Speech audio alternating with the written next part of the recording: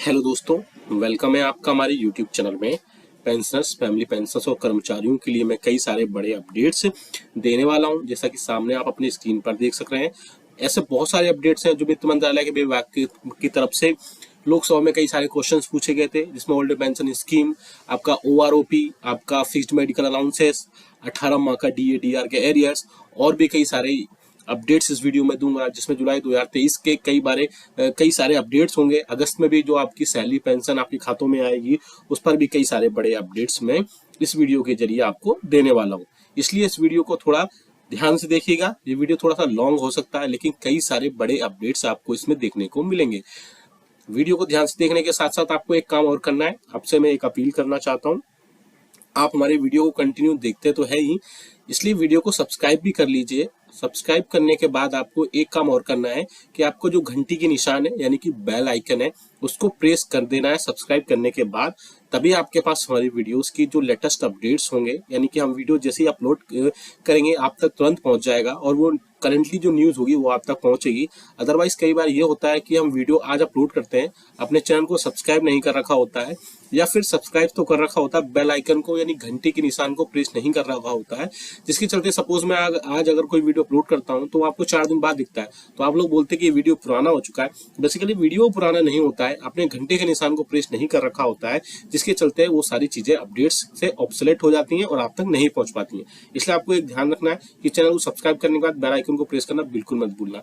आपको इसके अलावा एक इन्फॉर्मेशन और दे दूं अपने चैनल के रिगार्डिंग। आप हमारे चैनल पर पेंशनर्स, कर्मचारियों और फैमिली पेंशनर्स के पेंशनरी बेनिफिट्स, साथ ही साथ एम्प्लॉइज के जो बेनिफिट्स है उससे रिलेटेड आपको यहाँ पर नोटिफिकेशन, सर्कुलर्स और बाकी चीजें समझाए जाते हैं। साथ ही साथ आपको कोई अगर डाउट है तो उसमें भी चीजों को वहां पर सॉल्व किया जाता है। चलिए जल्दी से लेकर चलते हैं आपको ये नोटिफिकेशन पर, जो कि आप सामने देख पा रहे हैं, जो कि भारत सरकार के वित्त मंत्रालय के व्यय विभाग की तरफ से लोकसभा में क्वेश्चन रेज किया गया था, जिसमें आप देख सकते हैं OPS को बहाल करने से रिलेटेड क्वेश्चंस पूछे गए हैं। जिसमें क्वेश्चंस आप देख सकते हैं क्या क्या क्वेश्चंस हैं।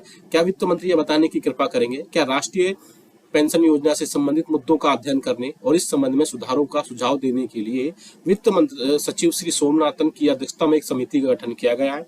यदि हाँ तो इससे संबंधित ब्यौरा क्या है? यदि नहीं है तो विलंब होने के पीछे इसके क्या कारण है? साथ ही साथ जो समिति बनी है उसकी वर्तमान स्थिति क्या है? तीसरा क्वेश्चन आप देख सकते हैं आपकी स्क्रीन पर ही है। यदि हाँ तो इस संबंध में समिति द्वारा जो प्रतिवेदन प्रस्तुत किए गए वो क्या है? अगला क्वेश्चन है, आप देख सकते हैं घ नंबर का, क्या सरकारी कर्मचारी संघ अंशदायी पेंशन योजना के स्थान पर पुरानी पेंशन योजना को बहाल करने की मांग और इसके लिए संघर्ष भी कर रहे हैं? यदि हाँ तो उस पर सरकार की क्या प्रतिक्रिया है? नेक्स्ट क्वेश्चन देख सकते हैं 5 नंबर का, कुछ राज्य सरकारों ने अपने कर्मचारियों की पुरानी पेंशन योजना को बहाल कर दिया, यदि हाँ तो इससे संबंधित ब्यौरा क्या है? साथ ही साथ नेक्स्ट क्वेश्चन है, क्या सरकार पुरानी पेंशन योजना को अपने सरकारी कर्मचारियों के बहाल करने के पक्ष में नहीं है? यदि हाँ तो उसके संबंधित ब्यौरा क्या है? आप देख सकते हैं इसका आंसर दिया गया है वित्त राज्य मंत्री श्री पंकज चौधरी की तरफ से। का, खा और चा का आंसर उन्होंने एक साथ दिया है। क्वेश्चन में कुछ आंसर दिया है, जी हाँ, वित्त मंत्री द्वारा 24 मार्च 2023 को लोकसभा में घोषणा की गई थी और इसके अनुसार में बात की गई थी। केंद्र सरकार ने वित्त सचिव की अध्यक्षता में एक समिति के गठन किया गया है। जी हाँ दोस्तों, समिति की संरचना और विचारार्थ विषय निम्नानुसार है, यानी कि एक रिपोर्ट वाकई में बनाई गई थी, एक कमेटी वाकई में कॉन्स्टिट्यूट की गई थी और उसके क्या क्या पॉइंट्स थे वो भी हम देखेंगे। इसमें क्या क्या संरचना है आप देख सकते हैं। इसमें कौन कौन था इस कमेटी में? वित्त सचिव और सचिव व्यय थे, अध्यक्ष थे इसके। सचिव कार्मिक एवं प्रशिक्षण विभाग सदस्य थे, जो कि कार्मिक लोक शिकायत और पेंशन मंत्रालय के अंतर आते हैं। अपर सचिव बनाए गए थे कार्मिक व्यय विभाग, वित्त मंत्रालय के सदस्य थे। साथ ही साथ जो अध्यक्ष हैं पेंशन निधि विनियामक और विकास प्राधिकरण, जिसे कि PFRDA बोला जाता है, इसके 3 सदस्य और एक अध्यक्ष बनाए गए थे। तो क्या क्या विचार प्रस्तुत किए वो हम देख सकते हैं। क्या राष्ट्रीय पेंशन प्रणाली जैसे कि सरकारी कर्मचारियों के लिए लागू है, यानी NPS के वर्तमान ढांचे तथा संरचना के आलोक में किसी परिवर्तन का औचित्य बनता है? यदि हाँ तो ऐसे उपायों का सुझाव देना जो कि राजकोषीय निहितार्थ और समग्र बजटीय गुंजाइश पर प्रभाव को ध्यान रखते हुए राष्ट्रीय पेंशन प्रणाली के तहत आने वाले सरकारी कर्मचारी की पेंशनरी लाभ के सुधार लाने की दृष्टि से उससे संबंधित करने के लिए उचित हो, ताकि आम नागरिकों के बचाव हेतु राजकोषीय विवेक बनाया जा सके। मैं थोड़ा डिटेल में भी समझा दूंगा, अभी हम थोड़ा सा रीड कर लेते हैं इसको। गा में बोला गया है, समिति ने अपने काम में काफी प्रगति की है, किंतु अभी अंतिम रिपोर्ट प्रस्तुत नहीं की गई है। अब नेक्स्ट का आंसर देख सकते हैं, पुरानी पेंशन बहाल करने के लिए समय समय पर जो यूनियंस है, फेडरेशंस है, उनसे अभ्यवेतन प्राप्त हुए हैं, उन्हें पेंशन की समीक्षा करने के लिए गठित समिति के समक्ष रखा गया है। इसके अलावा कई सारे राज्य हैं जहां पर ओल्ड पेंशन स्कीम को चालू किया गया है। वो राज्य आप देख सकते हैं, राजस्थान है, छत्तीसगढ़ है, झारखंड है, पंजाब है, हिमाचल प्रदेश की राज्य सरकारों ने अपने राज्य के सरकारी कर्मचारियों को पुरानी पेंशन प्रणाली ओपीएस पुनः शुरू करने के निर्णय के संबंध में केंद्र सरकार के जो पीएफआरडीए डिपार्टमेंट है उसको सूचित किया है। हालांकि पंजाब सरकार ने राष्ट्रीय पेंशन प्रणाली यानी एनपीएस में भी अपना अंशदान जारी रखा है। तो आप देख सकते हैं कि वाकई में एक कमेटी कॉन्स्टिट्यूट की गई थी और उस कमेटी ने अपने सारे रिपोर्ट्स दे दिए हैं। हालांकि उस कमेटी की अभी जो अंतिम रिपोर्ट्स है वो आना बाकी है, अंतिम रिपोर्ट्स अभी तक नहीं आई है, और जिससे चलते पेंशनर्स और कर्मचारियों के जो ओल्ड पेंशन स्कीम है उसकी चीजें अभी नहीं हो पाई हैं, जिससे कि बहुत सारी चीजों पर अभी वहां पर ऐड होना बाकी है। ऐड होने के साथ साथ वहां पर अब चीजें धीरे से सारी चीजें ऐड होंगी, और ऐड होने के साथ साथ वहां पर सारी चीजें ऐड होने के साथ साथ आप देख सकते हैं यहाँ पर क्लियरली बिल्कुल मेंशन किया गया है कि ये सारी चीजें अभी मेंशन होंगी। मेंशन होने के साथ साथ आपको इनमें कई सारी चीजों को ऐड कर दिया जाएगा। चलिए लेकर चलते हैं आपको नेक्स्ट न्यूज पर। ओल्ड पेंशन स्कीम में तो ये बड़ी अच्छी खुशखबरी निकल कर आई है कि इस पर कमेटी कॉन्स्टिट्यूट की गई थी वित्त मंत्री की तरफ से, वित्त सचिव की तरफ से। अब नेक्स्ट आप देख सकते हैं इसमें 65 लाख पेंशन धारकों के लिए एरियर और फिक्स्ड मेडिकल अलाउंसेस को लेकर के एफएमओ को लेकर बड़ा तोहफा जारी। जी हाँ दोस्तों, एफएमए को लेकर बड़ा तोहफा जारी। इसके अलावा आपको पेंशन धारकों के लिए एक इन्फॉर्मेशन और दे दूं मैं कि ईपीपीओ में फिक्स मेडिकल अलाउंसेस और एरियर का कॉलम ना रहने से बहुत सारी चीजों का अपडेट नहीं हो पाता था, जिसके चलते उनको समझ नहीं आता था कि उनको कितना एरियर मिला है, कितना मिलने वाला है, और इसके साथ ही उनको पता नहीं चलता था कि फिक्स्ड मेडिकल अलाउंसेस यानी एफएमए की स्थिति क्या है। लेकिन अब पेंशन धारकों की इस समस्या का निजात केंद्र सरकार ने कर दिया है।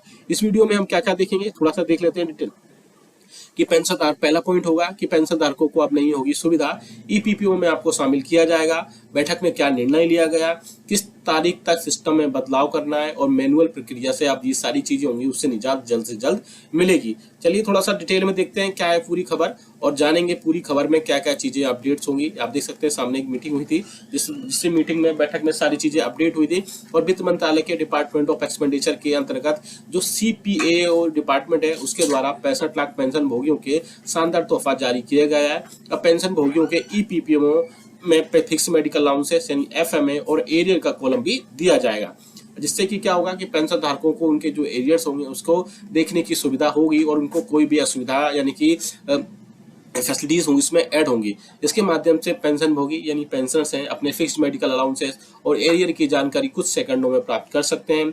सीपीए द्वारा सभी पेंशन भुगतान करने वाली बैंक के जो सीपीसीसी है उनके प्रमुख हैं यानी जो हेड्स हैं को आदेश दिया गया है कि अपने वे सिस्टम को इस प्रकार से अपग्रेड करें ताकि पेंशन धारकों को उनके जो एरियर से या फिक्स्ड मेडिकल अलाउंसेस में कितने पैसे आ रहे हैं हर महीने उस तरह की असुविधा न हो। अब ईपीपीओ में भी शामिल किया जाएगा। सीपीएओ ने बताया कि भविष्य में पेंशन धारकों के फिक्स्ड मेडिकल अलाउंसेस और उनके जितने भी एरियर से जुड़े हुए सारे केस हैं यानी कि जो अपडेशन है वो डिजिटल रूप में भेजे जाएंगे। अब पेंशन धारकों को ईपीपीओ में फिक्स्ड मेडिकल अलाउंसेस और एरियर का कॉलम रहेगा जिससे कि पेंशन भोगी इन बातों से अवगत हो सकेंगे। बैठक में निर्णय लिया गया है। जी हाँ, सीपीएओ द्वारा 6 मई 2024 को जारी सर्कुलर के अनुसार इस मामले में एक बैठक हो चुकी है और बैठक में पेंशन एरियर और फिक्स्ड मेडिकल अलाउंसेस को लेकर विस्तृत में चर्चा की गई। साथ ही साथ उसमें निर्णय भी लिया गया कि इन्हें इन सब चीजों को जो भी एरियर्स हैं फिक्स्ड मेडिकल अलाउंसेस है इनके ईपीपीओ में शामिल किया जाएगा ताकि जो पेंशनर्स है उससे अवगत हो सके कि उनको कितना एरियर मिला है या कितना एरियर मिलने वाला है, कितना फिक्स मेडिकल अलाउंसेस वगैरह इस चीजों में मिल रहा है। इस तारीख तक बदलना है सिस्टम में बदलाव। जी हाँ दोस्तों, सीपीसीसी से जितने भी हेड है उनको 15/5/2024 तक सिस्टम में जरूरी बदलाव करने के लिए बोला गया था।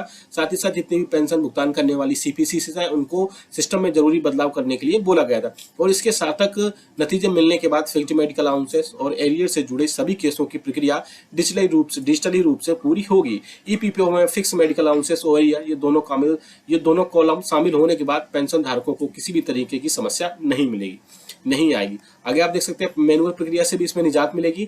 यहाँ दोस्तों, इस प्रकार पेंशन धारकों को मैनुअल प्रक्रिया से निजात मिलेगी। कोई भी पेंशन होगी अपने ईपीपीओ में यह देख सकेगा कि फिक्स्ड मेडिकल अलाउंसेस या एरियर की क्या स्टेटस है, क्या स्थिति है, साथ ही साथ CPAO ने बताया कि अगर पेंशन भुगतान करने वाली बैंकों को इस प्रक्रिया को शुरू करने में कोई परेशानी आती है तो उस स्थिति में टेक्निकल मदद के लिए आप देख सकते हैं साइंटिफिक ऑफिसर की भी मदद ले सकते हैं। और साथ ही साथ अगर आप इसके आदेश की प्रति डाउनलोड करना चाहते हैं तो सामने क्लिक करके यहाँ सारी आप डाउनलोड कर सकते हैं। तो दो बड़े खबरें दी इसमें, फिक्स्ड मेडिकल अलाउंसेस आपके एरिया से रिलेटेड, साथ ही साथ आपकी ओल्ड पेंशन स्कीम को लेकर के जो एक बड़ी अपडेट आई है कि उसमें कमेटी कॉन्स्टिट्यूट कर दी गई है और भी कई सारों पर चीज़ों पर अपडेट होने वाली है। आप भी क्या आपके कमेंट्स हैं वीडियो में जरूर लिखिएगा ओल्ड पेंशन स्कीम को लेकर के, साथ साथ आपके जो भी पेंशन बेनिफिट्स हैं उनको लेकर के क्या आपको समस्या आती है उन सब चीज़ों